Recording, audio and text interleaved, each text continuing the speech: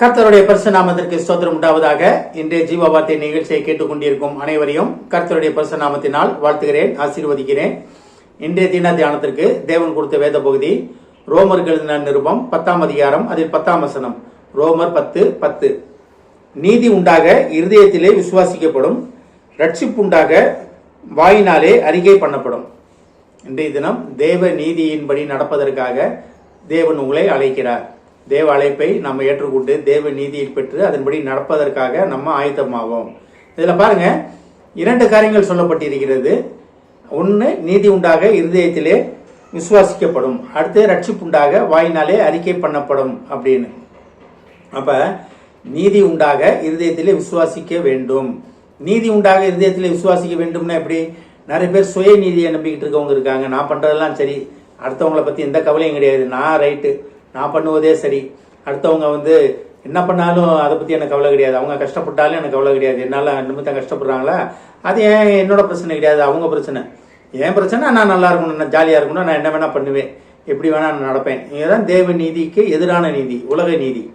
அந்த உலக நீதியில இருக்கவங்க என்ன பண்ணுவாங்க? நான் செய்யறது சரி அப்படின்னு அவங்க மனசுல விசுவாசிப்பாங்க. நான் செய்யறதெல்லாம் சரிப்பா, அவன் தான் தப்பு, அவனால் தான் அப்படி ஆயிடுச்சு அப்படின்னு நிறைய நேரம் நம்மளை நாமே ஏமாற்றி கொண்டு இருப்பதாக காணப்படுவோம். இது உலக நீதி, தேவ நீதி கிடையாது.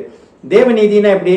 அடுத்தவங்களுக்காக பரிதவித்து பேசுவது, அடுத்தவங்களோட கஷ்டங்களை பகிர்ந்து கொள்வது, அடுத்தவங்க கஷ்டங்கள்ல நீங்களும் தோள் கொடுப்பது, அடுத்தவங்களுக்காக உதவி செய்வது, இதுதான் தேவ நீதி.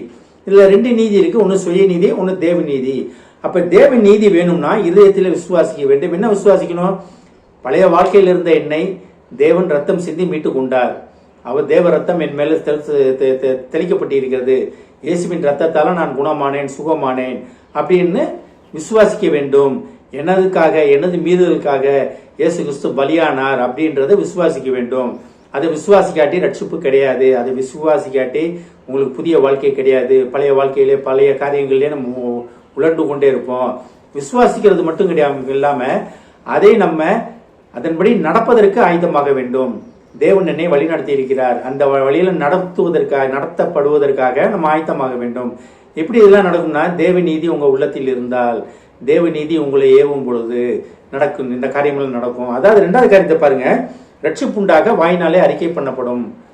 அப்ப விசுவாசமும் ரட்சிப்பும் 2 ஒண்ணு தான். விசுவாசத்தினால் ரட்சிப்பை கொண்டு, விசுவாசத்தினால் ரட்சிப்பை கொண்டு நீங்க புதிய மனிதனா மாறுறோம். நம்ம இதை நம்ம பாக்குறோம். நம்ம அந்த விசுவாசம் தான் உங்களை ரட்சிப்பின் பாதையிலே நடத்தும். அந்த விசுவாசம் இல்லாட்டி இந்த ரட்சிப்பின் பாதையில நீங்க அந்த ரட்சிப்புனா என்னன்னு தெரியாம போயிடும். அதாவது ரட்சிப்புண்டாக வாயினாலே அறிக்கை பண்ணப்படும் அப்படின்னா, வாயினாலே என்னத்தை அறிக்கை பண்றீங்க நீங்க? எனக்காக மரித்த இயேசு உண்டு, எனக்காக, எனது பாவங்களுக்காக, எனது பழைய வாழ்க்கையிலிருந்து என்னை புதிய மனிதனாக மாற்றுவதற்காக இயேசு கிறிஸ்து பலியானார், அவரை தேவன் மரித்தோரிலிருந்து எழுப்பினார். இதை நம்ம விசுவாசித்து வாயினாலே அறிக்கை செய்ய வேண்டும். அப்ப அறிக்கை செய்யும் போது எப்படி இந்த அறிக்கை வரும்? நீங்க அதை விசுவாசிக்கும் போது, எனக்காக அப்படின்னு நீங்க விசுவாசிக்கும் போது நீங்க சொல்லுவீங்க, நிறைய இடத்துல சொல்லுவீங்க, இவர் தாங்க எனக்கு வாழ்க்கையில எனக்கு ஹெல்ப் பண்ணவர், இவர் இல்லாட்டி நான் எங்கேயோ போயிருப்பேன், இன்னமும் மாறி இருக்கும், இவர் தான் எனக்கு வேலையில எனக்கு வேலை வாங்கி கொடுத்தவர், இவர் தான் எனக்கு அட்மிஷன் போட்டு கொடுத்தாரு, நல்ல ஸ்கூல்ல போட்டு கொடுத்தாரு, இவர் தான் நல்ல இடத்துல என்னை கூட்டி கொண்டு காமிச்சாரு, இவர் தான் எனக்கு ஒரு நல்ல மாப்பிள்ளையை காமிச்சாரு, நல்ல மனைவியை காமிச்சாரு, இவர் இல்லாட்டி என் வாழ்க்கை எப்படியோ போயிருக்கும் அப்படின்னு உலக மனிதர்களை நம்ம வாயினால அவங்கள கனப்படுத்துறோம், உதட்டலாக கனப்படுத்துறோம். ஆனா தேவன்கிட்ட போகும்போது தேவன்கிட்ட செய்யறோமா நம்ம? எனக்காக, எனது பாவங்களுக்காக, எனது மீறுதலுக்காக தேவன் செய்தார் அப்படின்னு என்னைக்கு நம்ம இருதயத்துல விசுவாசிக்கணும். அந்த விசுவாசத்தை வாயினால அறிக்கை செய்ய வேண்டும். இது 2 நம்ம வாழ்க்கையில இருந்துச்சுன்னா தேவ நீதி உங்க மூலமாக வெளிப்படுவதற்கு தாமதியாது. தேவ நீதி உங்க மூலமா வெளிப்பட வேண்டும். அதற்காகத்தான் தேவன் உங்களை அழைத்திருக்கிறார். ஒருவேளை இதுவரைக்கும் எப்படி இருந்தோன்றதெல்லாம் மறந்துடுவோம். இன்றைய தினம் நம்ம விசுவாசிப்போம். நீதி உண்டாக இருதயத்திலே விசுவாசிக்கப்பட வேண்டும்னா நம்ம விசுவாசிப்போம். தேவ நீதி என் இருதயத்தில் இருக்கிறது. இனி பழைய வாழ்க்கையிலிருந்து தேவன் அவர் ரத்தத்தை செலுத்தி, ரத்தத்தை சிந்தி, என் மேல சிந்தி, ரத்தத்தை தெளித்து என்னை புதிய மனிதனாக ஆக்கியிருக்கிறார் அப்படின்னு அந்த தேவ ரட்சிப்புக்குள்ள நம்ம நடப்பதற்காக நம்மளாமே ஆயத்தப்படுவோம்.